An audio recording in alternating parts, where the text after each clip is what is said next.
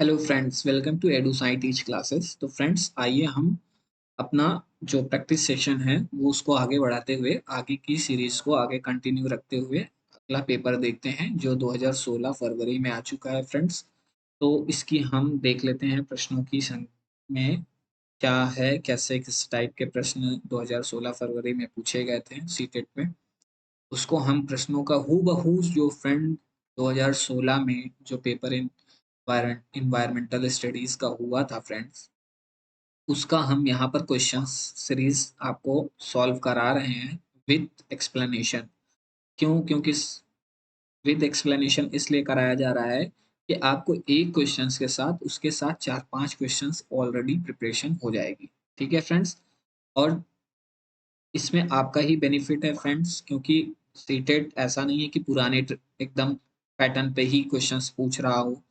उसमें अगर वो कुछ मॉडिफिकेशन करके भी पूछता है लेकिन लैंग्वेज चेंज कर देता है, तो आपको कम से कम क्वेश्चंस का जो कॉन्सेप्ट है वो क्लियर रहेगा, तो फ्रेंड्स आप सीटेट के क्वेश्चंस को बहुत आसानी से सॉल्व कर लोगे। ठीक है फ्रेंड्स। तो चलिए फ्रेंड्स, ज़्यादा ये सब बातें तो जो होती रहेंगी, बाकी मोटिवेशनल जो भी बातें और जो भी एग्जाम से रिलेटेड कुछ भी बातें आपको बताने लायक रहेगी वो मैं बताता रहूंगा, लेकिन साथ साथ हम अपनी प्रैक्टिस पे फोकस ज्यादा करेंगे फ्रेंड, क्योंकि अब ज्यादा टाइम नहीं रह गया है हमारे पेपर को।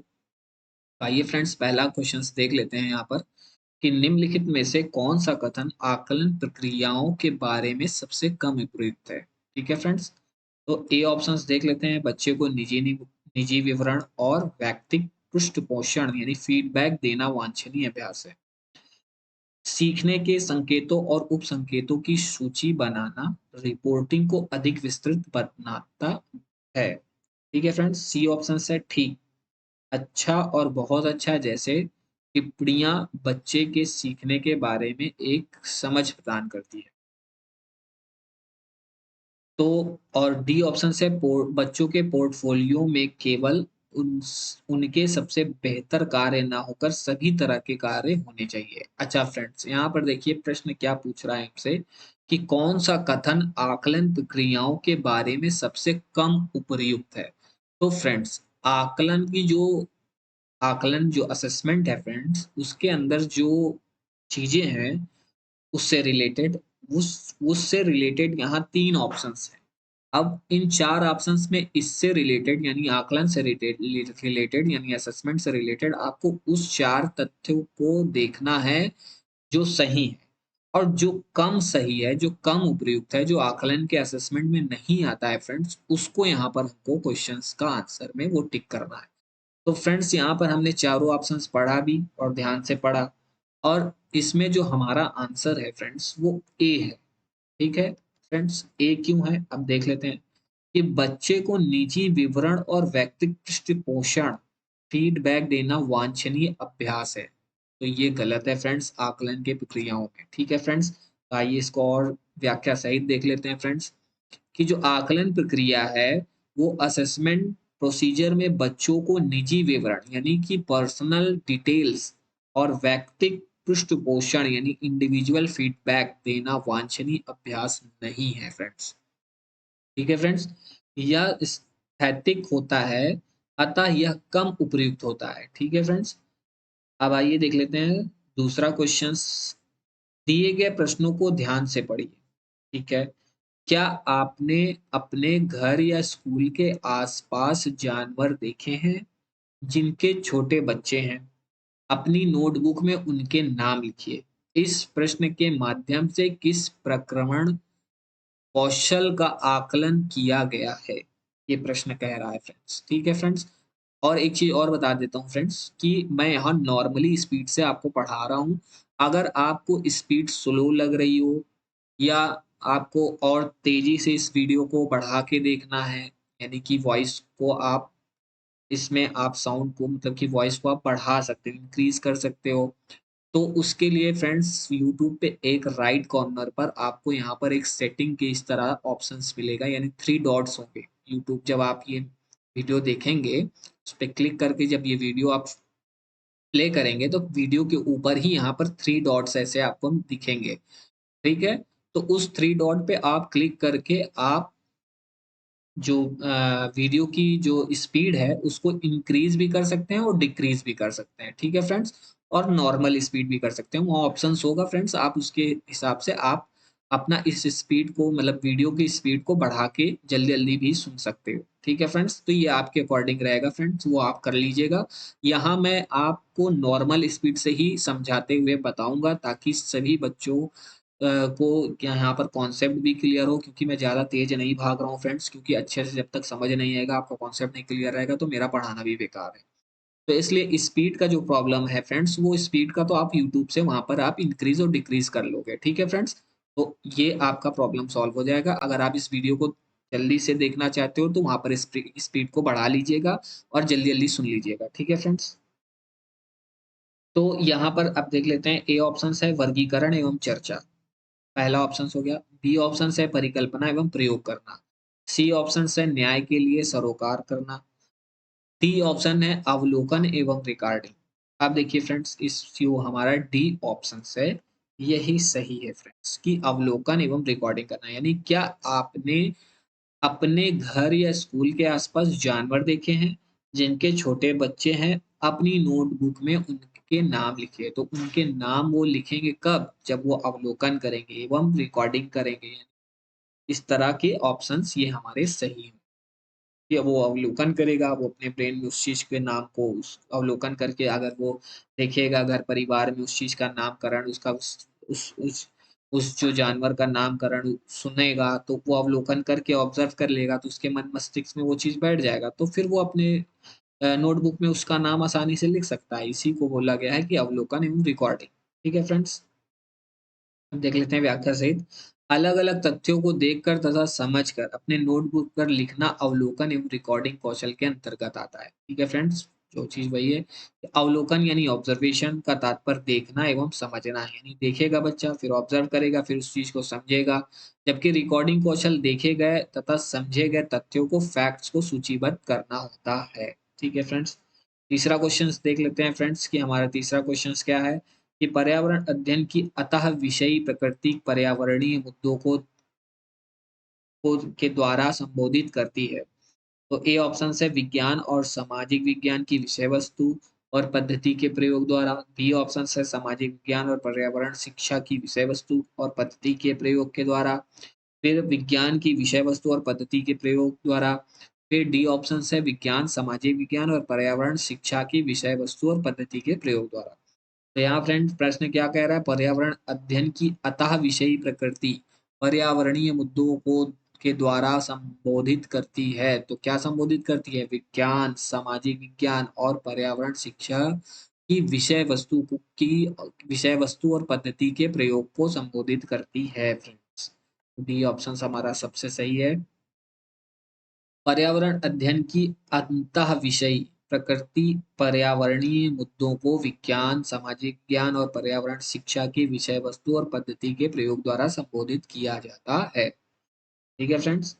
अब देख लीजिए चौथा प्रश्न फ्रेंड्स हमारा क्या है, कि कक्षा 5 के शिक्षक एक सवाल देते हैं। क्या सवाल देते हैं फ्रेंड्स बच्चों को, कि पेड़ों सॉरी फ्रेंड्स,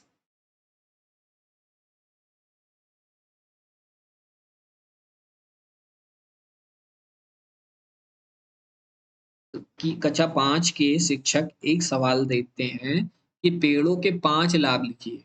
जबकि कक्षा के शिक्षक निम्न सवाल देते हैं, क्या होगा अगर धरती पर कोई पेड़ ना हो। इन सवालों की प्रकृति कैसी है, ठीक है फ्रेंड्स। अब देखिए यहाँ पर है डाइवर्जेंट थिंकिंग कर रहा है शिक्षक, यानी एक टीचर अपने बच्चों से क्या करवा रहा है, डाइवर्जेंट थिंकिंग कर रहा है। क्यों? क्योंकि वो मल्टीपल वे में सोचेंगे, उसको ब्रेन स्टॉर्मिंग करा रहा है फ्रेंड्स। कहने का मतलब है कि यहाँ ब्रेन स्टॉर्मिंग हो रही है, डाइवर्जेंट थिंकिंग कर रहा है, यानी एक से ज़्यादा चीज़ें वो सोचेगा, उसको सोचने पे मजबूर किया जाएगा कि ऐसा होता तो क्या होता, अगर ऐसा हो जाता तो क्या होता। तो यहाँ पर ब्रेन स्टॉर्मिंग की जा रही है और डाइवर्जेंट थिंकिंग की जा रही है, बच्चे टीचर के थ्रू बच्चे को कराई जा रही है। अब आइए इसका आंसर देख लेते हैं फिलहाल, तो मतलब ऑप्शंस देख लेते हैं फ्रेंड्स कि क्या करा रहे हैं। हाँ, पद अंत वाला अभिसारी और मुक्त अंत वाला अपसारी। देखिए फ्रेंड्स, दूसरा ऑप्शन है मुक्त अंत वाला अभिसारी और बुध अंत वाला अपसारी है। सी ऑप्शन है मुक्त अंत वाला अपसारी है और बद्ध अंत वाला अभिसारी है। और डी ऑप्शन है बद्ध अंत वाला अपसारी है और मुक्त अंत वाला अभिसारी है। समझ रहे हैं फ्रेंड? अब देखिए यहाँ अपसारी का मतलब होता है कन्वर्जन और अभिसारी का मतलब होता है डाइवर्जन। ठीक है फ्रेंड्स, ये ध्यान रखिएगा। इसीलिए मैंने कहा ना कि हिंदी जो टर्मोलॉजी होती है फ्रेंड्स वो थोड़ा डिफिकल्ट होती है, इसलिए आप इंग्लिश में भी पढ़ के जाइएगा। और इंग्लिश की मैंने हालांकि जो टर्म्स है मैंने इंग्लिश में ही बताई है, अगर आप उसको सुने रहोगे तो आपको इजीली क्वेश्चन सॉल्व करने में बहुत आसानी होगी। ठीक है फ्रेंड्स, अब देख लेते हैं यहाँ पर व्याख्या सहित। तो जो हमारा डी ऑप्शन है फ्रेंड्स वही सही है कि बुध अंत वाला अपसारी और मुक्त अंत वाला अभिसारी। यानी कि जब किसी प्रश्न का उत्तर निश्चित सीमा में बांध कर नहीं लिखा जाता है, वहां वह मुक्त अंत वाला यानी अभिसारी प्रकृति का होता है। देखा फ्रेंड्स, मैंने कहा ना कि डाइवर्जेंट थिंकिंग, नहीं ऐसा अगर होता तो ऐसा हो जाता तो क्या होता। ठीक है फ्रेंड, मतलब अगर ऐसा होता तो ऐसा हो जाता तो क्या होता, मतलब अगर ऐसा ना होता या मतलब जैसे पेड़ इस धरती पे ना होते तो क्या होता, इस तरह की जो क्वेश्चंस हैं वो क्या है, डाइवर्जेंट थिंकिंग को रिप्रेजेंट कर रहे हैं। तो ये हो गया। जबकि निश्चित सीमा तथा अनिवार्य शर्त के अनुसार लिखा जाए तो वह बहुमत वाला अपसारी प्रकृति का होता है, यानी कन्वर्जेंट थिंकिंग, यानी कि किसी चीज का वन वे थिंकिंग। और डाइवर्जेंट थिंकिंग में क्या होता है कि टू वे थिंकिंग यानी मल्टीपल थिंकिंग उसमें होती है। ठीक है फ्रेंड्स, कक्षा 5A के सवाल के अनुसार पेड़ के लाभ लिखना किसी निश्चित सीमा का निर्धारण नहीं करता, अतः यह मुक्त अंत वाला अभिसारी प्रकृति का है क्वेश्चन। जबकि कक्षा 5 के सवाल के अनुसार अगर पृथ्वी या पेड़ ना बचे तो धरती पर क्या होगा, तो ये हो गया फ्रेंड्स डाइवर्जेंट थिंकिंग को रिप्रेजेंट कर रहा है, जिसे अभिसारी चिंतन कहते हैं। तो यह पेड़ ना होना एक अनिवार्य शर्त लगा दी गई है, अतः यह बद अंत वाला अपसारी प्रकृति का हो गया है। ठीक है फ्रेंड्स, अब आइए पांचवा क्वेश्चन देख लेते हैं फ्रेंड्स कि पर्यावरण कक्षा 1 में पर्यावरण अध्ययन में शिक्षार्थियों के आकलन के बारे में निम्नलिखित में से कौन सा या से सत्य है या है। तो ए ऑप्शंस देख लेते हैं फ्रेंड्स कि मौखिक परीक्षाएं क्योंकि हो सकता है कि बच्चे लिखने में सक्षम ना हो। दूसरा है ड्राइंग क्योंकि बच्चों को इसमें आनंद आता है। तीसरा है शिक्षकों का अवलोकन और रिकॉर्डिंग। चौथा है किसी को ना रोके, नीति को ध्यान में रखते हुए आकलन की कोई आवश्यकता नहीं है। तो हमारा ए ऑप्शन सबसे सही है फ्रेंड्स कि इस मौखिक परीक्षाएं क्योंकि हो सकता है कि बच्चे लिखने में सक्षम ना हो, ये सही है फ्रेंड्स।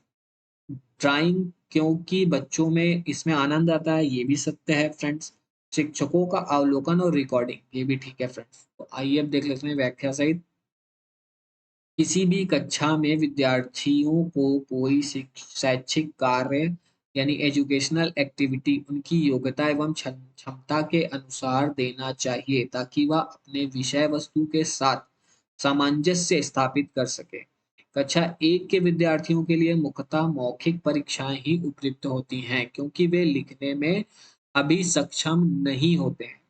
कक्षा 1 के विद्यार्थियों को कक्षा परीक्षा में ऐसे विषय वस्तु देना उपयुक्त होता है जिसमें वे आनंदित हो, जैसे कला, ड्राइंग जिसे बोलते हैं फ्रेंड, तथा यह सभी शैक्षणिक कार्य शिक्षकों के निरीक्षण में होना चाहिए ताकि शिक्षक उनका अवलोकन कर सके तथा उनकी सूची तैयार कर सके। ऐसा करने से प्रत्येक बालक को उनकी योग्यता के अनुरूप ध्यान दिया जा सकता है। अब देखिए फ्रेंड्स, कक्षा 5 की शिक्षिका एक एल्युमिनियम फाइल देती है। कक्षा 5 की शिक्षिका जो होती है वो बच्चों को क्या देती है, एल्युमिनियम फाइल देती है। ठीक है, और पानी में डाल देती है एवं दिखाती है कि वह ऊपर तैरता है। फिर वह फाइल को मोड़कर जोर से दबाती निचोड़ती है और फिर से पानी में डालती है तथा शिक्षार्थियों को दिखाती है कि वह डूबता है। बाद में वह शिक्षार्थियों को यह सोचने और कारण देने के लिए कहती है कि ऐसा क्यों हुआ? ठीक है? इस प्रश्न का उत्तर देने में निम्नलिखित में से कौन से प्रक्रमण कौशल का प्रयोग किया जाएगा? ठीक है फ्रेंड्स? अब यहाँ पर देख लीजिए फ्रेंड्स कि ऑप्शन ए परिकल्पना, ऑप्शन बी वर्गीकरण और ऑप्शन सी अवलोकन और ऑप्शन डी मापन। तो फ्रेंड्स यहाँ पर आप आंसर बताइए कि क्या होगा? यहाँ पर आंसर होगा अवलोकन। अवलोकन, क्योंकि अवलोकन जब तक वो ऑब्जर्व नहीं करेगा, देखेगा नहीं, तब तक वो कैसे बता पाएगा फ्रेंड? जब तक वो देखेगा नहीं तो कैसे बता पाएगा? तो इसीलिए यहाँ पर अवलोकन की प्रक्रिया की जा रही है शिक्षिका के द्वारा बच्चों पर, कि बच्चा उस चीज को अवलोकन करे, ऑब्जर्व करे और देख के बताए कि इस पे क्या प्रक्रिया हो रही है। ठीक है फ्रेंड्स? अब देख लेते हैं इसका व्याख्या सहित। किसी घटना को देखकर उसके कारण का पता लगाना अवलोकन कौशल कहलाता है। अतः कक्षा 5 के विद्यार्थियों के सामने शिक्षिका द्वारा जो घटना दिखाई गई उस घटना पर विद्यार्थी अपने विचार तथा घटना के कारणों को अवलोकन कौशल के द्वारा व्यक्त करेंगे। अब सातवां क्वेश्चन देख लेते हैं फ्रेंड्स कि सातवां क्वेश्चन क्या कहता है कि पर्यावरण अध्ययन के शिक्षा शास्त्र के संदर्भ में शिवाय के निम्नलिखित सभी वांछनीय अभ्यास हैं। तो ए ऑप्शन है आलोचनात्मक चिंतन और समस्या समाधान के लिए क्षमता संवर्धन करने। डी ऑप्शन है बच्चे की अस्मिता व्यक्तित्व का पोषण करने। सी ऑप्शन है वास्तविक अवलोकन के स्थान पर पाठ्यपुस्तकी ज्ञान की श्रेष्ठता को स्वीकार करने। डी ऑप्शन है पाठ्य वस्तुओं और संदर्भों की बहुलता को बढ़ावा देने। तो सी ऑप्शन सबसे सही है फ्रेंड्स हमारा, कि वास्तविक अवलोकन के स्थान पर पाठ्यपुस्तकी ज्ञान की श्रेष्ठता को स्वीकार करने। ठीक है फ्रेंड्स, तो यहाँ देख लेते हैं पर्यावरण अध्ययन के शिक्षा शास्त्र में बालकों को पाठ्य पुस्तकों से संबंधित वास्तविक घटनाओं यानी real life events, real life incident से हमें ज्ञान कराना चाहिए। रियल लाइफ यानी वास्तविक घटनाओं का ज्ञान कराया जाता है, जिसमें छात्रों में आलोचनात्मक चिंतन तथा समस्या समाधान यानी प्रॉब्लम सॉल्विंग की क्षमता में वृद्धि हो सके तथा बालक पर्यावरण अध्ययन को अन्य विषयों के साथ सहसंबंध स्थापित करने में कठिनाइयों का मापन न कर सके। ठीक है फ्रेंड्स, अब आइए देख लेते हैं आठवां क्वेश्चंस की क्या कहता है कि महेश कक्षा 4 के शिक्षक हैं। वे वृक्ष संरक्षण की अवधारणा पर शिक्षार्थियों को संवेदनशील बनाने के लिए योजना बनाते हैं। ठीक है?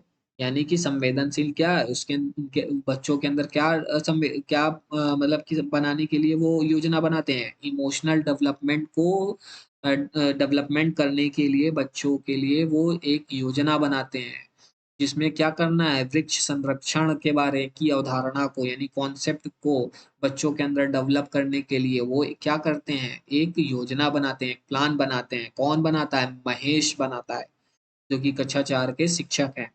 निम्नलिखित में से कौन सी एक गतिविधि इस उद्देश्य के लिए सर्वाधिक उपयुक्त है? तो अब यहाँ पर देखना है फ्रेंड्स कि हमारी जो सबसे अच्छी विधि कौन सी होगी। यहाँ पर यहाँ देख लीजिए फ्रेंड, यहाँ पर क्वेश्चंस को पढ़िए कि उद्देश्य के लिए सर्वाधिक उपयुक्त कौन सी है पूछा है। इन चार ऑप्शंस में जो सबसे सही है वही को टिक करना है फ्रेंड्स। वाद विवाद प्रतियोगिता का आयोजन करना। अब देखिए फ्रेंड्स, पहला ऑप्शन तो यहीं से गलत हो गया। इसमें वाद विवाद दे दिया, तो वाद विवाद तो हमें कराना नहीं है बच्चों के अंदर, क्योंकि हमें क्या करना है, बच्चों के अंदर क्या डेवलपमेंट करना है, संवेदनशील बनाना है बच्चों को। किसके प्रति संवेदनशील बनाना है? वृक्ष संरक्षण की धारणा पर, की अवधारणा पर, यानी कि वृक्ष के संरक्षण संरक्षण की का कॉन्सेप्ट बच्चों के अंदर डेवलपमेंट करना है। उसके लिए वृक्षों से यानी इन्वायरमेंट से रिलेटेड उनके अंदर क्या हमें डेवलपमेंट करना है, संवेदनशीलता को डेवलपमेंट करना है, इमोशनल डेवलपमेंट करना है। अब पहला ऑप्शन तो यही खत्म हो गया, क्योंकि वाद विवाद तो हमें कराना ही नहीं है बच्चों को। फिर बी ऑप्शंस देख लेते हैं। एक पौधे को अपनाने और उसका पोषण करने के लिए प्रत्येक शिक्षार्थियों को अभिप्रेरित करना। ये थोड़ा ठीक ऑप्शंस लग रहा है फ्रेंड्स आगे, लेकिन और दो ऑप्शंस बचे उसको भी पढ़ लेते हैं, क्या पता इससे भी अच्छा ऑप्शंस नीचे हो। लेकिन फिर भी हम लोगों को पूरा ऑप्शंस पढ़ना है तभी टिक करना है फ्रेंड्स, ये हमेशा ध्यान रखिएगा। फिर पोस्टर प्रतियोगिता में हिस्सा लेने के लिए शिक्षार्थियों को प्रोत्साहित करना। अब देखिए, यहाँ पर ये हो ही नहीं सकता कि पोस्टर हमें प्रतियोगिता कराना है। फिर डी ऑप्शन, समूह चर्चा के लिए शिक्षार्थियों के समूह बनाना। ऐसा भी नहीं करना, हमें ग्रुप बनाना ही नहीं है, ग्रुप ग्रुप की चर्चा भी नहीं करना, ग्रुप नहीं। हमें इमोशनल डेवलपमेंट करना है एनवायरनमेंट संरक्षण के थ्रू, मतलब वृक्ष संरक्षण के, ट्री संरक्षण के लिए हमें जो कॉन्सेप्ट डेवलपमेंट करना है बच्चों के मन में, मन मस्तिष्क में, हृदय में जो संवेदनशीलता को उत्पन्न करना है, वो कैसे उत्पन्न की जा सकती है कि एक पौधे को, यानी बी ऑप्शंस देखिए फ्रेंड्स, इसको थोड़ा सा एक बार फिर पढ़िए कि एक पौधे पौधे को अपनाने और उसका पोषण करने के लिए प्रत्येक शिक्षार्थियों को अभिप्रेरित करना है। यानी उनको, बच्चे को क्या करना है, एक पौधे को अपनाने, यानी पौधे को लेके जाए घर पे, वो या कहीं भी रहे या जहाँ भी है, मान लो स्कूल में ही है फ्रेंड्स, तो स्कूल में ही पौधों अच्छे से पौधे को लगवाएं, और जब वो स्कूल में आए या तो स्कूल में या उसके घर में ये एक्टिविटी करवाएं, तो बच्चे को कहूँ कि एक एक पौधा अपने घर लेके जाइए और उस पौधे को लगाइए और रोज उसको पानी दीजिए, उसको सींचिए, देखिए फिर पौधों में किस तरह से ग्रोथिंग होती है, फल आते हैं, ये आते हैं। तो वो जब बच्चा इस एक्टिविटी को करेगा तो उसको एक सींचेगा, उसका देखभाल करेगा, उसका संरक्षण करेगा, जानवरों से बचा के रखेगा कि कोई ऐसा जीव मतलब कि गाय भैंस आके, बकरी आके उसको खा ना ले। तो उसके लिए वो जब संरक्षण करेगा उसको, तो उसके अंदर एक इमोशनल डेवलपमेंट होगा उसके प्रति, यानी उस वृक्ष के प्रति, कि उसको एक मतलब उसको जब अपने दिलो-जान से चाह के उसको एक सींचेगा, बड़ा करने की कोशिश करेगा, तैयार करेगा, तब उसके अंदर वो डेवलपमेंट होगा, संवेदनशीलता यानी इमोशनल डेवलपमेंट तब होगी उसके अंदर। तो ये ऑप्शन सबसे अच्छा फ्रेंड है। अब आइए व्याख्या सहित भी देख लेते हैं कि वृक्ष संरक्षण यानी फॉरेस्ट कंजर्वेशन की अवधारणा पर शिक्षार्थियों को संवेदनशील बनाने के लिए योजना बनाया जाता है कि इस उद्देश्य की पूर्ति के लिए कि प्रत्येक विद्यार्थियों को एक पौधे को अपनाने और उसका पोषण करने के लिए अभिप्रेरित करना चाहिए, करना सर्वाधिक उपयुक्त है। अभिप्रेरित यानी मोटिवेट करना। ठीक है फ्रेंड्स। अब आइए देख लेते हैं फ्रेंड्स, हमारा जो 9वां क्वेश्चन है उसका आंसर देख लेते हैं फ्रेंड्स, कि क्या है कि पर्यावरण अध्ययन में बच्चे शिल्पकला और चित्रकला को समूह में सीखना विशेष रूप से पसंद करते हैं, क्योंकि क्यों पसंद करते हैं पर्यावरण अध्ययन में बच्चे शिल्पकला और चित्रकला, ठीक है फ्रेंड्स, को समूह में सीखना विशेष रूप से पसंद करते हैं। तो क्यों करते हैं, ये ऑप्शंस में देख लेते हैं कि पहला जो ऑप्शंस है, यह सहपाठी अधिगम को बढ़ावा देता है, जो कि ठीक है फ्रेंड्स, एकदम ठीक है। क्योंकि हमने देखा है ना कि जब फ्रेंड्स की जब हमें बच्चों को एक दूसरे को सहपाठी के साथ अधिगम कराना है, सहयोग के थ्रू किसी चीज को कराना है, तो उसके अंदर वो सीखने की वो जो ललक होती है वो और पैदा होती है, और वो एक दूसरे से कुछ सीखता है, वो उससे सीखता है, वो उससे सीखता है, वो बच्चा एक बच्चे से सीखता है, दूसरा बच्चा दूसरे बच्चे से सीखता है, मतलब इस तरह से उसको बढ़ावा मिलेगा। तो ये ठीक है फ्रेंड्स, पहला ऑप्शन। दूसरा ऑप्शन देख लेते हैं, ये सामाजिक अधिगम को बेहतर बनाता है, बिल्कुल सही बात है। क्यों? क्योंकि वो सामाजिकता उसमें सीखेगा कि हमें कैसे रहना है। उस छोटेपन में ही जब वो एक दूसरे से बच्चे इंटरेक्ट होते हैं तो उनके अंदर वो सामाजिकता अधिगम सीखना मतलब पनपने लगती है, वो सामाजिकता को सीखने लगता है धीरे धीरे। फिर तीसरा है, जब बच्चों की सृजनात्मकता की प्रशंसा की जाती है तो वे खुश होते हैं और उसके प्रति प्रेरित भी होते हैं। बिल्कुल सही बात है कि जब बच्चों की सृजनात्मकता की प्रशंसा की जाती है, यानी कि अगर बच्चा किसी चीज को समूह में सीखता है और वो अच्छा करता है, मान लीजिए कुछ भी अच्छा करता है या सीख के कुछ भी करता है, तो उसकी जो क्रिएटिविटी की अगर हम प्रशंसा कर देते हैं तो वे खुश होते हैं। जो बच- क्योंकि जो भी बच्चे हैं वो अगर सीखते हैं किसी चीज को और उसकी हम प्रशंसा करते हैं तो वो खुश होते हैं, तो वह उसके प्रति प्रेरित भी होते हैं और क्या होता है, मोटिवेट भी होते हैं। तो एक, दो, तीन, तीन ऑप्शन तो हमको सही लगे, पॉजिटिव लगे फ्रेंड। अब चौथा देख लेते हैं, यह कक्षा में अनुशासन को बढ़ाता है। तो अनुशासन, हमें डिसिप्लिन पैदा ही नहीं करना है बच्चों में। हमें मतलब कि फ्रेंड्स, हमें क्लास में इतना डिसिप्लिन नहीं रखना है कि बच्चा सहम जाए। तो हमें ये सब करना ही नहीं, ये सब हमें प्रक्रिया कराना ही नहीं है। बच्चों को एकदम खुला छोड़ देना है बढ़िया से कि वो गलती करें, जितना गलती करेगा उतना बच्चा सीखेगा। ठीक है फ्रेंड्स? तो हमें डिसिप्लिन नहीं बनाना है, हमें कुछ ये सब नहीं करना है फ्रेंड्स, ये सब हमें कराना ही नहीं है छोटे बच्चों को। तो हमारा जो ये है फ्रेंड्स, सी ऑप्शन सबसे सही है फ्रेंड्स। तो देख लेते हैं इसको और व्याख्या सहित भी। पर्यावरण अध्ययन में बच्चे शिल्पकला और चित्रकला को समूह में सीखना विशेष रूप से पसंद करते हैं, क्योंकि इससे सहपाठी अधिगम को बढ़ावा मिलता है, सामाजिक अधिगम बेहतर तरीके से होता है। जब किसी बालक की प्रशंसा की जाती है तो वह खुश यानी हैप्पी होता है और वह कार्य को और बेहतर करने के लिए प्रेरित होता है। ठीक है फ्रेंड्स, अतः विकल्प ए, बी और तथा सी तीनों सही है। कौन सा फ्रेंड था ये क्वेश्चन?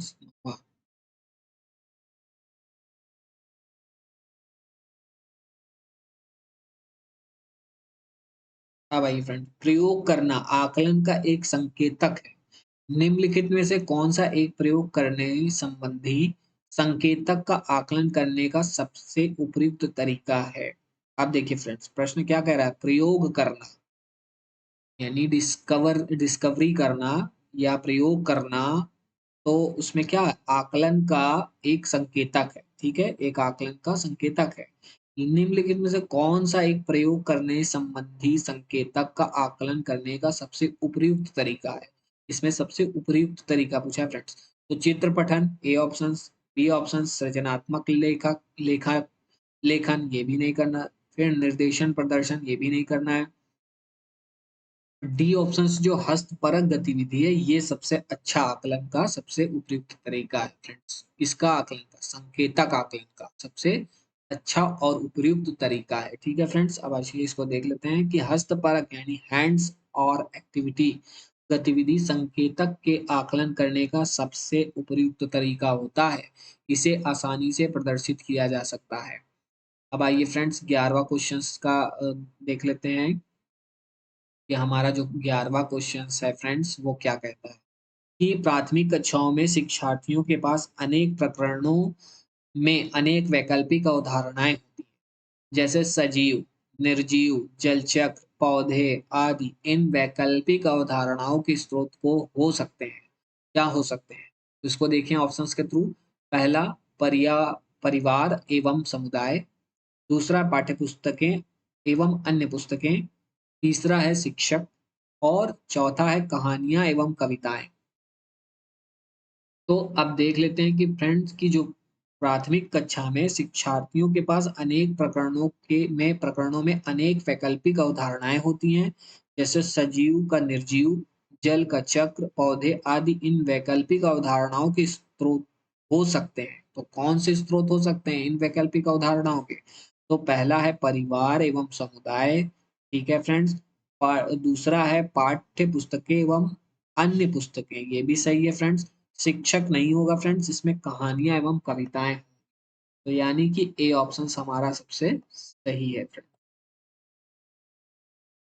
प्राथमिक कक्षाओं यानी प्राइमरी लेवल में वैकल्पिक अवधारणाओं जैसे सजीव, निर्जीव, जलचक्र एवं पौधे आदि होते हैं।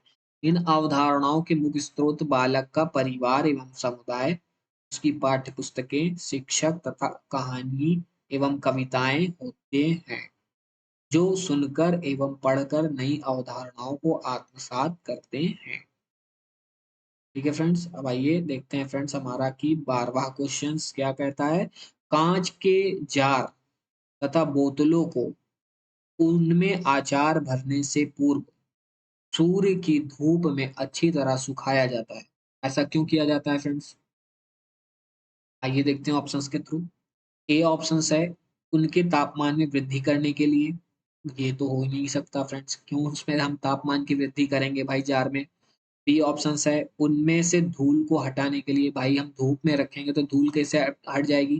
भाई अगर वो ओपन होता, चारों तरफ से खुला होता, तो हो सकता हवा चलती तो धूल हट जाती। लेकिन वो एक जार है शीशे का, वो बंद है और ऊपर से खाली ऊपर ढक्कन खुला हुआ है। तो उसमें से कैसे, जब तक उसके अंदर हवा प्रेशर मार के ऊपर बाहर नहीं निकलेगी तो धूल कहाँ से बाहर कैसे आ पाएगी? तो ये हो ही नहीं सकता है। दूसरा ऑप्शन भी हमारा गलत हो गया। तीसरा है नमी का पूर्णतः हटाने के लिए। ये ऑप्शन थोड़ा सही लग रहा है फ्रेंड्स। और डी ऑप्शन है कि अचार का स्वादिष्ट बनाने के लिए। ये तो बिल्कुल ही नहीं हो सकता, खाली जार अगर धूप में रखा तो अचार कहाँ से उसमें स्वादिष्ट हो जाएगा फ्रेंड्स। तो ए ऑप्शन जो है हमारा सी फ्रेंड्स की नमी को पूर्णतः हटाने के लिए। तो आपने देखा भी होगा अपने घर परिवार में कि हमारी जो मम्मी है या दादी है, नानी है, वो जब अचार बनाती थी, तो शीशे का जार लेती थी या गुज़ाम होता था, एक प्रकार का गुज़ाम भी होता था जो मेरे ख़्याल से चीनी मिट्टी का बनता है क्या, इस टाइप से वो होता होगा, लेकिन वो रहता है इस जिसमें अचार-वचार रखा जाता है, आप लोग जानते होंगे फ्रेंड्स कि शीशे का भी जार होता है फ्रेंड्स, अधिकतर तो शीशे का ही मैंने देखा है। तो तो उसमें क्या होता है कि उस शीशे को जार को धुल दिया जाता है, अचार रखने से पहले। उसके बाद फिर उस अचार रखने से पहले हम लोगों ने अपने दादी, नानी, मम्मी या को देखा होगा कि उस अचार के जो जार है उसको धुलने के बाद उसको हम लोगों ने मतलब कि धूप में फिर रख देती हैं। धूप में किस लिए रखती हैं? कि उसके अंदर का पानी जो नमी है, वो एकदम पूर्ण रूप से खत्म हो जाए। क्यों? क्योंकि अगर उसके अंदर हम अचार रखेंगे उस पानीदार अगर उसमें मान लो ज़रा भी पानी रहेगा फ्रेंड्स, तो वो अचार जाके आगे हमारा खराब हो जाएगा। तो इसलिए उस काँच के जार को धूप में रख के उस बोतल को अच्छी तरह से सुखाया जाता है, यानी नमी को पूर्णतः हटाने के लिए। ठीक है फ्रेंड्स, तो सी ऑप्शन हमारा सही है। अब इसको व्याख्या सहित भी देख लेते हैं। काँच के जार एवं बोतलों को उनमें अचार भरने से पूर्व सूर्य की धूप में अच्छी तरह से सुखाया जाता है, ताकि जार में उपस्थित नमी को पूर्णतः हटा दिया जाए, क्योंकि जार में उपस्थित नमी से अचार खराब हो जाएगा और खाने योग्य नहीं रह जाएगा। अब आइए फ्रेंड्स 13वां क्वेश्चन देख लेते हैं फ्रेंड्स। हमारा 13वां क्वेश्चन क्या कहता है कि रेणु की दादी उसे एक सूखा कुआं दिखाते हुए बताती है कि 15 से 20 वर्ष पहले कुएं में पानी था। फ्रेंड्स, ये क्वेश्चन सीटेट में अक्सर पूछता है। हालांकि ये जितने भी क्वेश्चंस है फ्रेंड्स, ये इससे रिलेटेड हर बार क्वेश्चंस पूछता है, लेकिन कुछ क्वेश्चंस ऐसे हैं कि सीटेट उसको रिपीट भी कर देता है कभी कभी। उस रिपीट मतलब कि कहने का मतलब रिपीट का सेंस हुआ था, मतलब कहने का मतलब है फ्रेंड कि उस कॉन्सेप्ट को रिपीट कर देता है, उसकी लैंग्वेज और उसका जो जैसे ये डाटा लिखा है 15 से 20, हो सकता है यहाँ 20 से 25 लिख दे। तो कहने का मतलब ये है कि उससे रिलेटेड जो कॉन्सेप्ट एकदम मिलता जुलता रहेगा फ्रेंड, उसी के आधार पे प्रश्नों को बनाकर वो सीटेट हर ईयर पूछता है, कहने का मतलब है मेरा। तो इसीलिए मैं इसको प्रीवियस ईयर की क्वेश्चंस को यहाँ पर आपसे सॉल्व करा रहा हूँ विथ एक्सप्लेनेशन के साथ, ताकि आप उस कॉन्सेप्ट को समझे रहो और उससे रिलेटेड इसी कॉन्सेप्ट कॉन्सेप्ट के आधार पर अगर क्वेश्चन सीटेट में आ गया तो आपका क्वेश्चन गलत हो ही नहीं सकता फ्रेंड्स। तो आइए देख लेते हैं फ्रेंड्स कि इसमें क्या कहा गया है कि रेनू की दादी उसे एक सूखा कुआं दिखाते हुए बताती है कि 15 से 20 वर्ष पहले कुएं में पानी था, लेकिन अब यह पूर्णतः सूख गया है। कुएं में पानी सूखने का या के क्या कारण हो सकता है या सकते हैं? तो ऑप्शंस देख लेते हैं फ्रेंड्स कि पेड़ों, कुएं तथा उनके आसपास के स्थान की मिट्टी को अब सीमेंट से ढक दिया गया है। एक कारण ये हो सकता है फ्रेंड्स, जो कि सही भी लग रहा है फ्रेंड्स, कि अगर पेड़ और कुएं तथा उनके आसपास के स्थान को की मिट्टी को अगर हम सीमेंट से ढक देंगे फ्रेंड्स, पेड़ों के जड़ के पास अगर हम काफी दूर तक सीमेंट उसको कर देंगे, कंक्रीट कर देंगे फ्रेंड्स, तो क्या होगा कि जो पेड़ों जब अगर पानी बरसेगा, जब वर्षा ऋतु आती है फ्रेंड्स, तो पानी बरसता है कि नहीं फ्रेंड? जब पानी बरसता है तो उस पेड़ को तो वो नमी तो पेड़ तो अपना नमी ज़मीन से ले लेगा, वो अपना पोषक तत्व तो ज़मीन से ले लेगा। लेकिन जो पानी आकाश या उस जो वर्षा का जो पानी का जो टाइम जब ऋतु होता है, जब वर्षा ऋतु होती है फ्रेंड्स, जो पानी बरसता है, तो जब उस सीमेंट पे पड़ेगा तो वो फिसल के बह जाएगा, ना कि ऑब्ज़र्व होगा धरती में। वो अर्थ में ऑब्जर्व नहीं होगा। ऑब्जर्व किसके थ्रू होता है? हमारे पेड़ों के थ्रू होता है, क्योंकि पेड़ के जड़ ही पानी को हमारे जो ग्राउंड तक पहुंचाते हैं, यानी कि धरती के अंदर ले जाने का काम करते हैं। तो अगर हम उस स्थान को क्या कर देंगे, मिट्टी और उस स्थान की जगह की को जो जड़ पेड़ों के पास की जड़ के पास जो मिट्टियां हैं उसको हम अगर कंक्रीट कर देंगे, यानी सीमेंट से ढक देंगे, प्लास्टर कर देंगे वहां पर, तो वो काम पेड़ फिर नहीं कर पाएगा। तो ये ऑप्शन हमें ठीक लग रहा है फ्रेंड्स। फिर दूसरा ऑप्शन क्या है, आसपास के इलाके में अब बहुत सारे बोरिंग पंप लग गए हैं। तो एक कारण ये भी हो सकता है फ्रेंड्स कि अब आपने देखा होगा कि बोरिंग जब होती है तो पानी कितना प्रेशर से निकलता है फ्रेंड्स। आपने नलकूप में देखा होगा, गाँव में अक्सर बोरिंग पंप के पास आप गए होंगे तो देखे होंगे कि झरने की तरह पानी इतना प्रेशर से निकलता है। तो बोरिंग पंप जहाँ भी होता है फ्रेंड्स, तो उसके इलाके के आसपास की जो वहाँ पर होता है वो बहुत डीप गहराई तक उसका पंप जाता है और उसके बाद वो नीचे से पानी को खींच के ऊपर फेंकता है। तो वो भी हो, और आस-पास के इलाके में क्या है, यहाँ पर बहुत सारे बोरिंग पंप है, लगे लगे हैं। तो वो एक कारण ये भी हो सकता है कि वो सारे पंप होने के कारण भाई वो वाटर लेवल को खींच लिया होगा। तो इस कारण कुएँ में भी पानी कम हो सकता है। तो एक कारण ये भी हो सकता है। तीसरा ऑप्शंस क्या है कि प्रत्येक व्यक्ति के घर में अब नल होने के कारण कोई भी कुएँ का प्रयोग नहीं करता। ये कारण हो ही नहीं सकता फ्रेंड्स। क्यों? क्योंकि ये कारण भाई नल का पानी का यूज़ करने का इसका मतलब कुएँ का पानी थोड़ी नहीं सूख जाएगा। भाई जब वाटर लेवल हमारा नीचे गिरेगा तभी तो कुएँ का पानी सूखेगा या पानी नहीं रहेगा उसमें। वो अपने आप तो कुएँ का पानी सूख नहीं जाएगा भाई, क्योंकि अगर धरती का वाटर लेवल मेंटेन है, बराबर है, हर चीज़ है, तो वो ज़ाहिर-सी बात है पानी हमेशा रहेगा उसमें। तो हमारा ए और बी सबसे अच्छा ऑप्शंस है।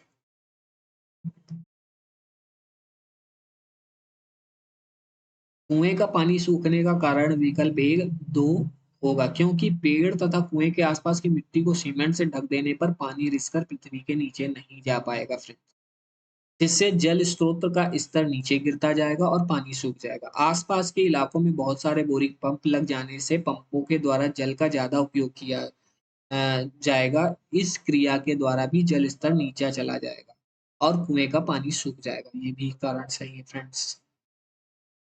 अब आइए देख लेते हैं फ्रेंड्स हमारा क्या है। 14वां क्वेश्चंस क्या कहता है कि हमारा, सॉरी फ्रेंड्स, बगुला भैंस पर बैठता है क्योंकि, अब देखिए यहाँ पर क्या प्रक्रिया हो रही है वो देखिएगा, क्वेश्चंस क्या कह रहा है। बगुला जो है वो भैंस के ऊपर बैठता है, बगुला भैंस पर बैठता है क्योंकि, ऑप्शंस देखिए, बगुला तथा भैंस में सहजीवी का संबंध।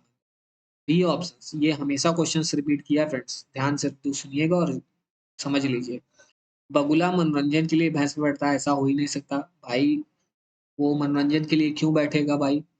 वो इसलिए बैठता है क्योंकि भैंसों के ऊपर जो परजीवी जमा हो जाते हैं वो उसको खाने के लिए बैठता है। ठीक है फ्रेंड्स। फिर भैंस बगुले को एक स्थान से दूसरे स्थान तक आने जाने में मदद करता है। अब भैया ये कौन सा कॉन्सेप्ट है भैया? बगुले के पास क्या पंख नहीं है क्या जो उड़ नहीं पाएगा, जो उसको आने जाने के लिए भैंस का सहारा लेना पड़ेगा? ऐसा हो ही नहीं सकता। यहाँ पर ये भी ऑप्शंस गलत हो गया। अब डी ऑप्शंस देखिए, बगुला भैंस को डराना चाहता है। भाई भैंस इतनी बड़ी खुद है, वो उसको बगुला इतना छोटा सा है कि फूंक दो तो उड़ जाए। हालांकि वो खुद उड़ जाता है फ्रेंड्स, यहाँ ऐसा जोक किया मैंने कि वो बगुला भैंस को कैसे वो डरा देगा। तो फ्रेंड्स ये तीनों ऑप्शन हमारे गलत है। यहाँ पर ए ऑप्शन जो है कि बगुला तथा भैंस में सहजीवी का संबंध होता है। ठीक है फ्रेंड्स, इसको एक्सप्लेनेशन के थ्रू और समझ लेते हैं फ्रेंड्स। देख लीजिए फ्रेंड, एलिमिनेट करके हम क्वेश्चंस का आंसर कैसे कर सकते हैं ये भी हम सीख सकते हैं यहाँ पर, कि हम ऑप्शंस को देखिए, उसमें जो हमको उचित नहीं लग रहा वो ऑप्शंस को एलिमिनेट कर दीजिए, और जो ऑप्शंस फिर आप एलिमिनेशन करते करते करते करते आप सही आंसर तक ऑटोमेटिक पहुंच जाओगे। लेकिन तब आप एलिमिनेट कर पाओगे, एलिमिनेशन कर मतलब कि उसको जो क्वेश्चंस के आंसर को आप तब हटा पाओगे, गलत आंसर को, जब आपका कॉन्सेप्ट क्लियर रहेगा, तब ना आप हटा पाओगे। जब आप पढ़े रहोगे तब ना आप उसको एलिमिनेट कर पाओगे। तो इसलिए बहुत ज़रूरी है फ्रेंड्स कि आपका कॉन्सेप्ट क्लियर बहुत मतलब कि क्लियर होना चाहिए। आइए ऑप्शंस देख लेते हैं उसका एक्सप्लेनेशन। बगुला तथा भैंस में सहजीवी संबंध होता है, इसलिए बगुला भैंस पर बैठता है। सहजीवी का मतलब होता है किसी एक जीव का दूसरे जीव पर आश्रित होकर आंशिक रूप से, फ्रेंड्स ये भी देख लीजिए, आश्रित होकर आंशिक रूप से अपने जीवन का निर्वाह करते हैं, उसी को हम सहजीवी संबंध कहते हैं। 15वां क्वेश्चन देख लेते हैं कि निम्नलिखित में से जड़ का कौन सा कार्य पौधे के लिए नहीं है। आप देख लिए जड़ का यहाँ कार्य पूछा है कि जो रूट होता है वो पौधे के लिए नहीं, कौन सा कार्य नहीं करता है, ये देखना है हमें, ये खोजना है इस ऑप्शंस में। तो भोजन भंडारण संचित करना ये रूट का काम है फ्रेंड्स, क्योंकि कभी कभी आपने देखा होगा कि गाजर, आप गाजर के ऊपर तने वो सब पत्तियां निकली रहती हैं और जो रूट होती है वो नीचे रहती है, तो वो गाजर क्या है, एक जड़ है। तो उस वो जड़ जब वो अपने अंदर भोजन का भंडारण कर लेती है, संचित कर लेती है, तो वो मोटी हो जाती है, यानी कि वो बड़ी मतलब कि गाँठ टाइप की बन जाती है। तो वो भोजन का भंडारण संचित करती है। अब एक फ्रेंड मुझे एक क्वेश्चन्स का आंसर बताइएगा फ्रेंड्स कि कमेंट बॉक्स में ज़रूर लिख के बताइएगा कि आलू क्या है? जड़ है कि तना है? ये ज़रूर लिख के मुझे बताइएगा, ठीक है फ्रेंड्स? और ये क्वेश्चंस हमेशा पूछता है यूपी टेट में कि आलू क्या है? जड़ है कि तना है? सीटेट में भी पूछता है और यूपी टेट का भी फेवरेट क्वेश्चंस है ये। आप बताइए बी ऑप्शंस क्या है कि ह्यूमस उपलब्ध कराना। ह्यूमस उपलब्ध कराना ये जड़ का काम है कि नहीं है ये अभी देखते हैं। लेकिन ये ऑप्शंस है ह्यूमस उपलब्ध कराना। सी ऑप्शंस क्या है पौधे को सहारा देना बिल्कुल सही बात है। जड़ नहीं हो तो पौधे टिक ही नहीं पाएंगे जमीन के अंदर। तो जड़ क्योंकि बिना जड़ के पौधे टिक नहीं पाएंगे भाई जड़ से ही उनको पोषक तत्व भी मिलता है और जड़ के सहारे वो खड़े भी रहते हैं। भाई आपका अगर पैर को हम काट दें तो आप क्या खड़े हो पाओगे पहली बात। तो आप कुछ दिन तक तो आप बेड पे ही लेटे रह जाओगे, उसके बाद जब रिकवरी होगी तब थोड़ा बहुत घिसिट-पुसिट के चलोगे लेकिन खड़े नहीं हो पाओगे आप। जिस तरह आप नॉर्मल लाइफ़ जीते हो वो लाइफ़ नहीं जी रह पाएगी फिर हमारी। तो सेम प्रोसेस है भाई जब पेड़ का तो जड़ ही मेन है, तो अगर जड़ आप हटा दिए तो पेड़ मर गया। डी ऑप्शन है जल तथा खनिजों का अवशोषण करना। बिल्कुल सही बात है, जड़ के थ्रू ही पौधे अपने पोषक तत्व, जल तथा खनिज को अवशोषित करते हैं अपने अंदर। फिर अब आइए देखते हैं फ्रेंड्स कि जो बी ऑप्शन है हमारा वो गलत है कि ह्यूमस उपलब्ध कराना ये जड़ का काम नहीं है। जड़ पौधे का बहुत महत्वपूर्ण भाग होता है। जड़ का कार्य पौधों के लिए निम्न होता है, निम्नलिखित है कि पहला है भोजन भंडारण करना जड़ का काम है, पौधों को सहारा देना जड़ का काम है, जल तथा खनिजों का अवशोषण करना भी जल का काम है, जबकि ह्यूमस मिट्टी के द्वारा उपलब्ध कराया जाता है। जबकि ह्यूमस मिट्टी के द्वारा उपलब्ध कराया जाता है। ये ध्यान रखिएगा फ्रेंड्स। अब आइए फ्रेंड्स कर्णम मलेश्वरी के विषय में नीचे दिए गए कथनों पर विचार कीजिए।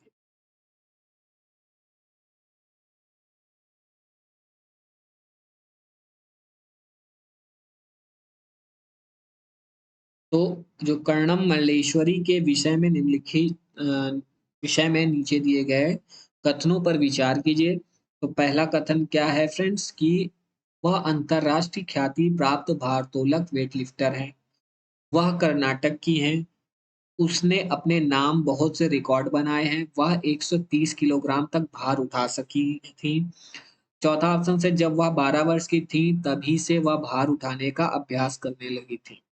तो फ्रेंड्स ये एकदम फैक्चुअल क्वेश्चंस है। आप एनसीईआरटी के आपको उसमें बुक में मिल जाएगा ये चैप्टर में कि आपको चैप्टर में मिल जाएगा कि कर्णम मल्लेश्वरी के बारे में उस जो चैप्टर है वहाँ पर आपको मिल जाएगा कि उनके बारे में जो ये जो फैक्ट लिखा है इसमें से ये फैक्ट कौन सा सही है। तो ए फैक्ट सबसे सही है और फोर्थ सबसे सही है फ्रेंड्स। तो हमारा ऑप्शन जो डी है फ्रेंड्स देख लीजिए एक केवल एक और चार वो सबसे सही है।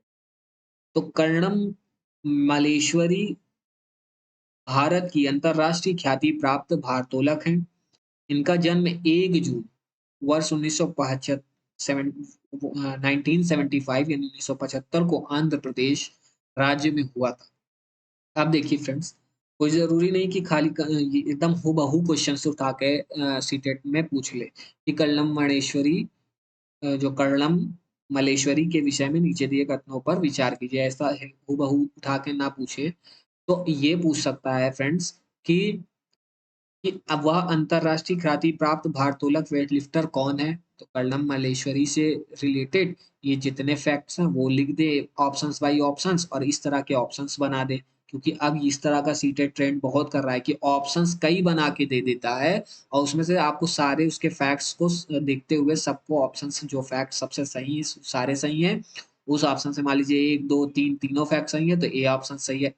तो इस तरह के आप क्वेश्चंस ट्रेंड में ला दिया है जो अब जो पूछ रहा है सीटेट कि आपको उससे रिलेटेड कई फैक्ट दे देगा और वो सही रहेंगे उसमें से एक फैक्ट नेगेटिव रहेगा जो कि गलत रहेगा उसमें से आप कई ऑप्शंस बना देंगे।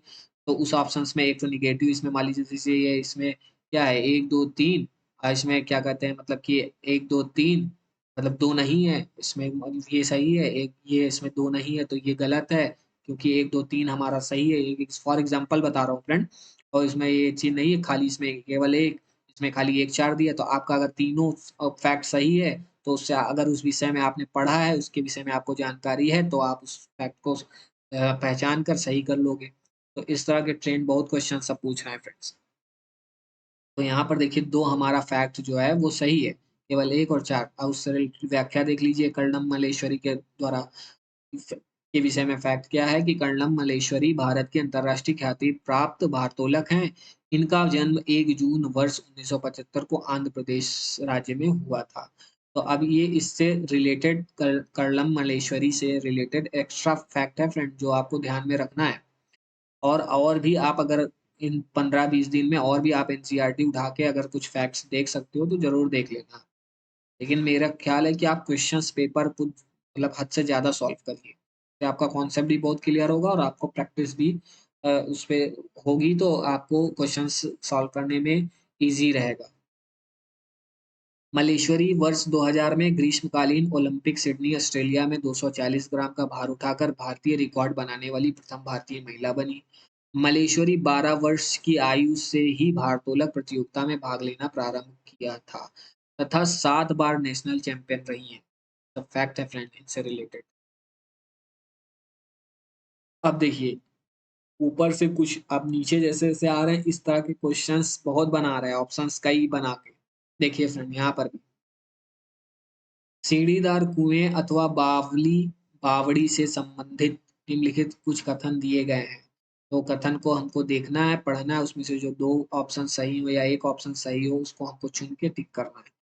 तो वे जल भंडारण तथा संरक्षण की पारंपरिक व्यवस्था है और सामुदायिक स्रोत के रूप में उनका प्रयोग होता था, बिल्कुल सही बात है। तीसरा है उनका निर्माण मुख्यतः वर्षा रहित राज्यों में होता था, ठीक है, सही बात है फ्रेंड। उनमें केवल संदूषित जल होता था, ये गलत है फ्रेंड्स। तो हमारा देख लीजिए जिसमें 1, 2, 3 ऑप्शन वही सही है फ्रेंड्स, तो बी ऑप्शन सबसे सही है फ्रेंड। इसको व्याख्या सहित भी देख लेते हैं कि सीढ़ीदार कुएं अथवा बावली बावड़ी मुख्यतः वर्ष रहित क्षेत्र में बनाए जाते हैं, जिसमें वर्षा के दिनों में प्राप्त जल को संरक्षित किया जाता है तथा शेष दिनों में जल की आवश्यकता की पूर्ति की जाती है। इस प्रकार की बावड़ी सामुदायिक योजना के तहत बनाई जाती है, जिसमें पानी का जल तथा सिंचाई यानी इरिगेशन के जल की पूर्ति की जाती है।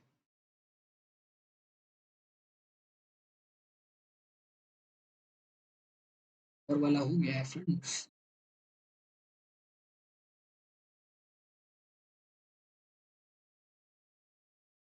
अब देखिए वर्ली एक पारंपरिक कला का प्रकार है। वर्ली नामक स्थान किस राज्य में है? महाराष्ट्र में है, उड़ीसा में है, राजस्थान में, बिहार में है। तो महाराष्ट्र में।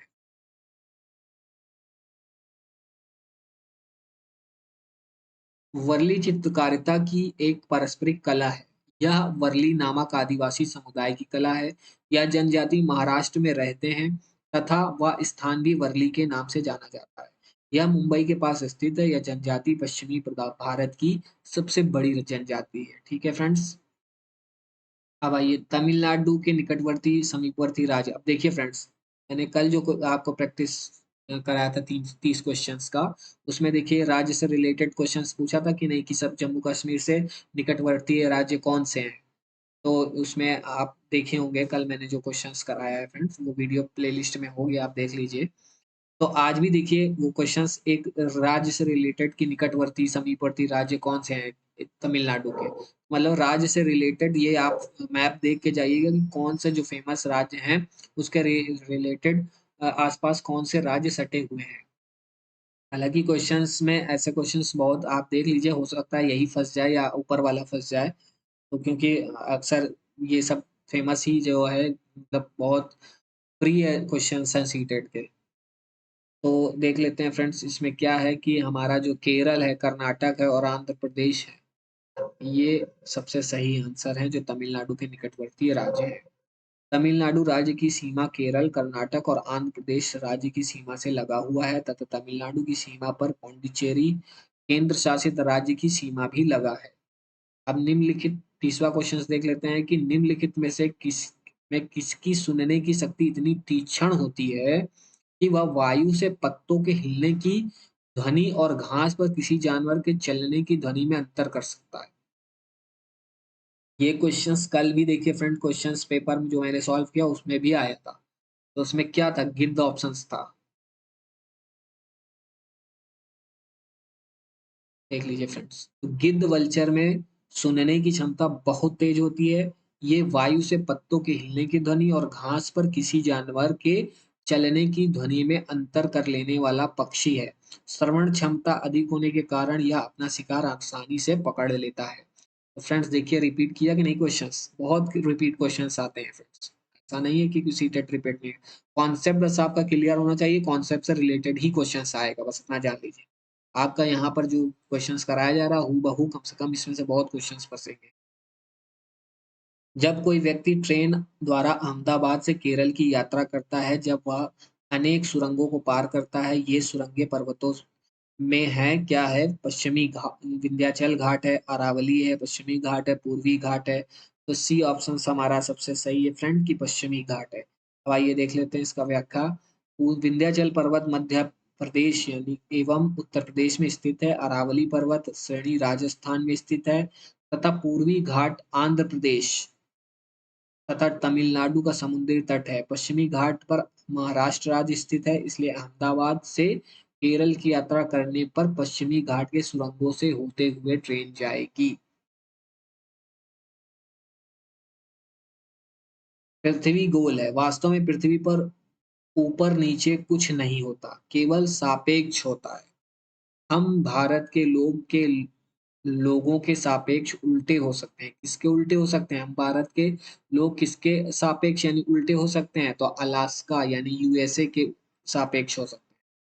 ग्लोब पर भारत की स्थिति तथा अलास्का की स्थिति देखने पर पता चलता है कि हम भारत के लोग अलास्का के लोगों के सापेक्ष उल्टे हो सकते हैं। ठीक है फ्रेंड्स। अब आइए फ्रेंड्स, इसको देखते हैं। मच्छरों के प्रजनन की रोकथाम के लिए ठहरे पानी पर तेल डालने की सलाह दी जाती है। ऐसा इसलिए है क्योंकि, ऑप्शंस देखिए, देखा होगा कि आपने फ्रेंड्स की जब कभी डेंगू मलेरिया का काफी प्रकोप हो जाता है तो देखे होंगे कि आपने एक किसी पर्सन को आपने जो हमारे नगर निगम के एरिया अगर है तो नगर निगम के द्वारा वो चीज़ संचालित की जाती है, व्यवस्था की जाती है कि आपने देखा होगा कि एक पर्सन है, उसके पीठ पे कुछ लाद के और वो छिड़कते हुए जहाँ-जहाँ पानी का स्टोरेज रहता है, मान लीजिए आपके प्लेस पे कहीं स्टोरेज पानी है या ओपन जो है आपका गली में जो ओपन एरिया है, कहीं अगर पानी का जमावड़ा है तो वहाँ पर वो छिड़काव करता है। तो वो क्या रहता है, वो जैसे कि वो ये वो स्प्रे में पहले क्या हो सकता है मिट्टी का तेल भी हो सकता है या आप तो बहुत से केमिकल आने लगे हो सकता है वो डालते हो, लेकिन पहले जो क्या होता था कि मच्छरों के प्रजनन की रोकथाम के लिए ठहरे पानी पर तेल डालने की सलाह दी जाती थी। पर इसमें देखिए, ये है ना, रोकथाम प्रजनन के ठहरे पानी पर तेल डालने की सलाह दी जाती थी। इस ऐसा इसलिए किया जाता था, क्यों किया जाता था? कि तेल ऑक्सीजन की आपूर्ति को काट देता है, जिससे मच्छरों का प्रजनन थम जाता है। और बी ऑप्शन है, मच्छरों को तेल द्वारा विकर्षित किया जाता है। सी ऑप्शन है, मच्छर तेल द्वारा मर जाते हैं, मच्छर तेल की परत में फंस जाते हैं। तो ऐसा नहीं है, सबसे अच्छा फ्रेंड्स ऑप्शन है कि जो तेल है वो ऑक्सीजन की आपूर्ति को काट देता है, यानी कि जिससे जब पानी के ऊपर उस तेल को छिड़काव कर दिया जाता है, पहले साइड मेरे ख्याल से मिट्टी का तेल डाल देते थे क्या? हाँ, मिट्टी का तेल ही डालते थे। तो मिट्टी का तेल जब डाल देते थे या कोई उस डाल देते थे तो मिट्टी का तेल जब पानी के उस पे डाल देते थे, पानी में डाल देते थे तो उस पे मिट्टी का तेल का जो लेयर है वो सरफेस लेवल पर ऐसे मतलब दिखाई देने लगता था।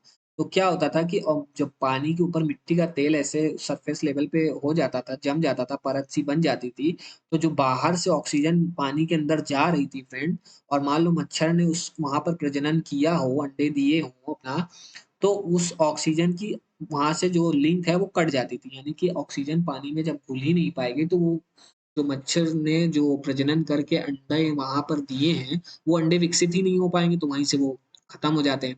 तो इसीलिए क्या होता था कि ठहरे पानी में तेल डालने डालने की सलाह दी जाती थी। अब देखिए, मच्छरों के प्रजनन की रोकथाम रोकने के लिए ठहरे हुए पानी पर तेल डालने की सलाह दी जाती है। क्यों? तेल का पृष्ठ तनाव सरफेस टेंशन कम होने के कारण तेल जल के ऊपर फैलकर एक परत बना देता है। इससे जल में ऑक्सीजन की आपूर्ति नहीं हो पाती और मच्छरों का प्रजनन थम जाता है। ठीक है फ्रेंड्स। निम्नलिखित में से कौन सा कीट मधुमक्खी की भांति कॉलोनी यानी बस्ती के एक साथ नहीं रहता है? ये फ्रेंड्स ये भी क्वेश्चंस बहुत बार पूछा है सीटेट में। तो ततैया, बर्रा, बी ऑप्शंस चींटी, सी ऑप्शंस दीमक, डी ऑप्शंस मकड़ी। तो मकड़ी है फ्रेंड्स जो कि कॉलोनी यानी बस्ती में एक साथ नहीं रहता है। स्पाइडर यानी मकड़ी, मधुमक्खी बीज की भांति कॉलोनी में एक साथ नहीं रहती, जबकि ततैया, बर्रा, चींटी तथा दीमक सामूहिक रूप से बस्ती में रहते हैं। अब देखिए फ्रेंड्स क्या होता है कि आपको इसी को भी इसको भी घुमा के पूछ सकता है कि भाई कौन सा ऐसा कीट है कि जो मतलब कि समूह में रहता है, ऐसे भी पूछ सकता है। यहाँ पर अभी तो समूह वाले पूछ ली मतलब कि समूह में नहीं रहता है ये पूछ लिया, तो मकड़ी आपने बता दिया, और समूह समूह में जो रहते हैं उसके चार ऑप्शन बना दिया। अब पूछ लेगा कि मान लीजिए कि कौन सा कीट है कि जो समूह में रहता है, और तीन ऑप्शंस में जो बिना समूह के लोग रहते हैं, जो जो समूह में नहीं रहते हैं, उन कीट पतंगों का नाम दे देगा, और एक नाम दे देगा जो समूह में रहते हैं। तो उसको जब आप चारों नाम तीनों नाम को जाने रहोगे कि ये बर्रा है, ततैया है, चींटी है, दीमक है, ये समूह में रहने वाले जीव हैं या कीट पतंगे हैं, तो आप जाने रहोगे कि अगर हाँ अगर अगर घुमा के भी पूछ लिया तो भी आप आंसर कर दोगे खट से। तो इसलिए फ्रेंड्स डिस्क्रिप्शन वाले क्वेश्चंस यानी कि जो एक्सप्लेनेशन वाले क्वेश्चंस को ही सॉल्व करिए, उससे आपका क्वेश्चंस बहुत सॉल्व तैयार हो जाएगा। तो ग्रामीण क्षेत्र के मकानों के ढांचे वहां की जलवायु मौसम की स्थिति से संबंधित होते हैं। एक गांव के मकानों के लक्षण नीचे दिए गए हैं। तो आइए देख लेते हैं फ्रेंड्स कि क्या कह रहा है। हाँ, मकान मजबूत बांस के खंभों पर बने होते हैं। अंदर से भी मकान लकड़ी के ही बने होते हैं। मकान जमीन से लगभग 3 मीटर से 3.5 मीटर यानी 3.5 मीटर ऊंचाई पर बने होते हैं। मकान की छतें ढालू होती हैं। यदि इस गांव में भारी वर्षा होती है तो यह गांव किस राज्य में होना चाहिए? आप देखिए फ्रेंड्स, ये इससे रिलेटेड एक क्वेश्चंस मैंने आपको कल मैंने जो वीडियो में क्वेश्चंस आपने कराया कराया था कि जिसमें जो रिलेटेड से मतलब कि जो इस राज्य से रिलेटेड जो मतलब कि राज्य है उससे रिलेटेड क्या जो हाउस होता है किस तरह से बना रहता है, घर जो किस तरह से बना रहता है, तो वो वाला क्वेश्चन आप देखेंगे। ना देखें वो वीडियो तो कल मैंने करा कि वो अपलोड है फ्रेंड्स, उसको आप देखिए, उसमें भी यही क्वेश्चन हूबहू पूछा है इसी तरह से। लेकिन उसमें 4 राज्य दिए थे, उस 4 राज्यों को अब मिलान करना था कि कौन से राज्य में किस टाइप का घर बना होता है। तो अब देखिए अगर वहां आपने पढ़ा तो यहाँ आप आंसर कर लोगे कट से। क्यों? क्योंकि उसी से रिलेटेड पूछा है। कि यहाँ पर देखिए 4 ऑप्शंस में क्या, चारों ऑप्शंस में असम है, उत्तर प्रदेश है, राजस्थान है, बिहार है। अब बताइए कि कौन सा ऐसा राज्य है जहाँ पर इस तरह के मकान मजबूत बांस के खंभों पर बनाए जाते हैं? तो हमने वहां पर कल पढ़ के प्रैक्टिस किया, तो आज ये ऑप्शन ऑटोमेटिक सॉल्व हो जाएंगे कि असम है। असम में क्या होता है कि मकान मजबूत बांस के खंभों पर बने होते हैं। अंदर से भी मकान में लकड़ी से बने होते हैं, और मकान जमीन से लगभग 3 मीटर से 3.5 मीटर ऊंचाई पर बने होते हैं। क्यों? क्योंकि जब वहां भारी बारिश होती है तो वो मकान जल भराव में डूबे ना। ठीक है फ्रेंड्स, तो आइए देख लेते हैं। असम, असम में भारी वर्षा होती है अतः वहां के गांवों में घर बनाने की विशेष प्रक्रिया होती है। यहाँ के घरों की निम्न विशेषताएं होती हैं। मकान मजबूत बांस के खंभों पर बने होते हैं, लकड़ी से निर्मित होते हैं। मकान जमीन से 3 या 3 मीटर ऊंचाई पर बने होते हैं, 3 से 3.5 मीटर ऊंचाई पर बने होते हैं फ्रेंड्स। मकान की छतें ढालू होती हैं फ्रेंड्स। ओके,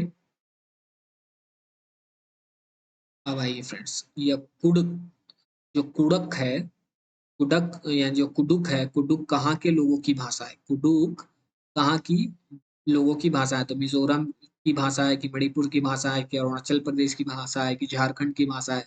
तो झारखंड की भाषा कुडुक है। कुडुक ओराव जनजाति द्वारा बोली जाने वाली भाषा है। अब देखिए फ्रेंड्स, ये भी पूछ सकता है कि ओराव जनजाति वाली जनजाति वाली जनजाति द्वारा बोली जाने वाली कौन सी भाषा है? तो यहाँ पर ऑप्शंस दे देगा कुडुक। तो हुआ ना एक क्वेश्चन और एडिशनल तैयार। इसीलिए फ्रेंड्स, और यह जनजाति मुख्यतः झारखंड, छत्तीसगढ़ और उड़ीसा राज्य में निवास करती है। राष्ट्रीय पाठ्यचर्या रूपरेखा 2005 के अनुसार निम्नलिखित में से कौन सी एक पर्यावरण अध्ययन की विषय वस्तु थीम है? तो अब बताइए फ्रेंड्स, भोजन है, सौरमंडल है, मौसम है, ऊर्जा है? बताइए कौन सी है? तो भोजन भी हो सकता है फ्रेंड, भोजन ही है।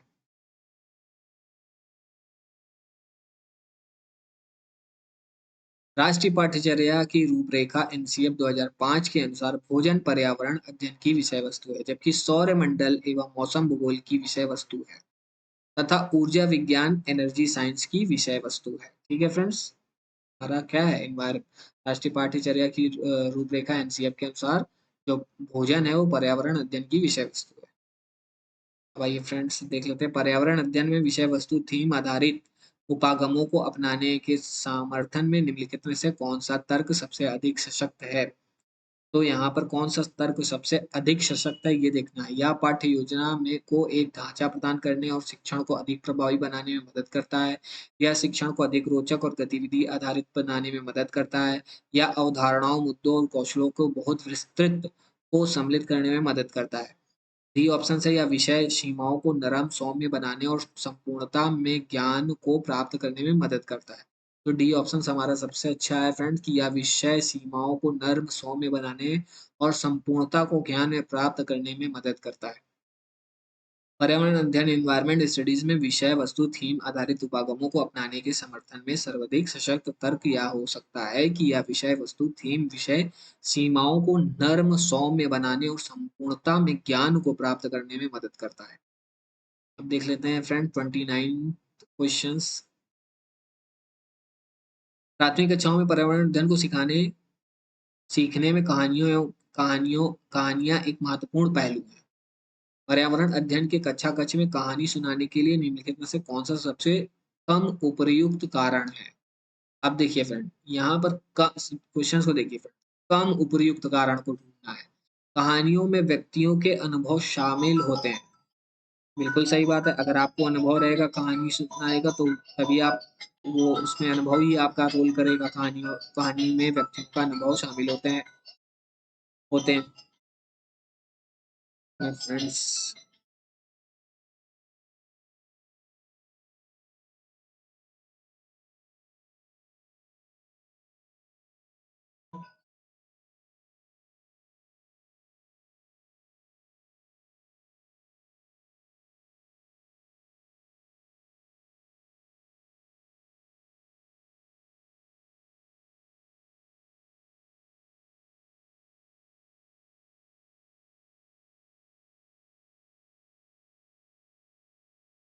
सॉरी फ्रेंड्स, थोड़ा डिस्टरबेंस हो गई है, उसके लिए सॉरी।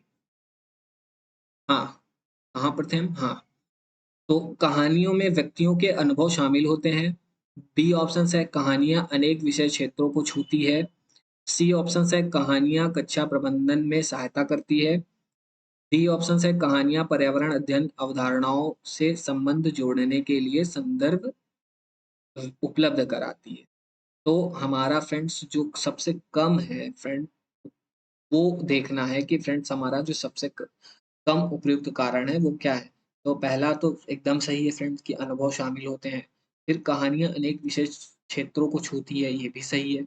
कि कहानियां कक्षा प्रबंधन में सहायता करती हैं, ये भी सही है। और डी ऑप्शंस जो है फ्रेंड्स, कि जो हमारा डी ऑप्शंस है, कहानियां पर्यावरण अध्ययन अवधारणाओं से संबंध जोड़ने के लिए संदर्भ उपलब्ध कराती हैं, ये गलत है फ्रेंड्स, ये कम उपयुक्त है। तो डी ऑप्शंस का जो व्याख्या है वो भी देख लेते हैं फ्रेंड्स, की प्राथमिक कक्षाओं में पर्यावरण अध्ययन को सीखने सिखाने में कहानियां एक महत्वपूर्ण पहल है, क्योंकि कहानियों में व्यक्ति के अनुभव शामिल होते हैं तथा कहानी कई विषय क्षेत्र को भी छूती है और साथ ही साथ कक्षा प्रबंधन में सहायता करती है। कहानियां पर्यावरण अध्ययन अवधारणाओं से संबंध जोड़ने के लिए संदर्भ उपलब्ध कराती हैं, परंतु यह शिक्षण कौशल में उपयुक्त बहुत कम होता है। और तीसवा क्वेश्चंस देख लेते हैं फ्रेंड, जो हमारे क्लास का आज लास्ट क्वेश्चंस है। तो देखते हैं फ्रेंड्स क्या है क्वेश्चंस। पर्यावरण अध्ययन पाठ्यपुस्तक की विषय वस्तु में परिभाषाओं और व्याख्याओं को दूर रखा जाना चाहिए। तो ये देख लीजिए फ्रेंड्स, हमें परिभाषा और व्याख्या को तो ये सब कराना ही नहीं है। ठीक है फ्रेंड्स, उस पर जोर देना ही नहीं है हमें बच्चों को। फिर रटकर सीखने को हतोत्साहित करना है, ये भी नहीं करना है फ्रेंड्स। बच्चे को प्रश्न करने और खोजने का मौका मिलना चाहिए, ये पॉजिटिव मतलब कि हमें आंसर लग रहा है, लेकिन हम चौथा ऑप्शन भी पढ़ लेते हैं। बच्चे को केवल लिखित, अब देखिए फ्रेंड्स, हमको आगे पढ़ने ही नहीं चाहिए देखा जाए तो। अब लेकिन मैं आप लोग को ये नहीं कहूँगा कि आप लोग आगे ना पढ़िएगा, आपका मन रहेगा तो आप पढ़ लीजिएगा, लेकिन मैं आपको ट्रिक बता दे रहा हूँ कि जहाँ केवल इन मतलब जहाँ पर जोर दे कोई किसी चीज़ को करने के लिए बच्चे को, वो ऑप्शंस हमारा नेगेटिव होगा। तो देखिए यहाँ पर क्या है, बच्चों को केवल लिखित जानकारी यानी केवल इस तरह के ऑप्शंस केवल हैं, इस तरह के जो मतलब प्रेशर देने वाले शब्द रहेंगे फ्रेंड्स, वो हमारे लिए नेगेटिव रहेंगे। कि हम बच्चे को ऐसा ही कराना ज़रूरी है, केवल यही कराना ज़रूरी है, ऐसा नहीं है फ्रेंड हमारा ऑप्शन गलत है।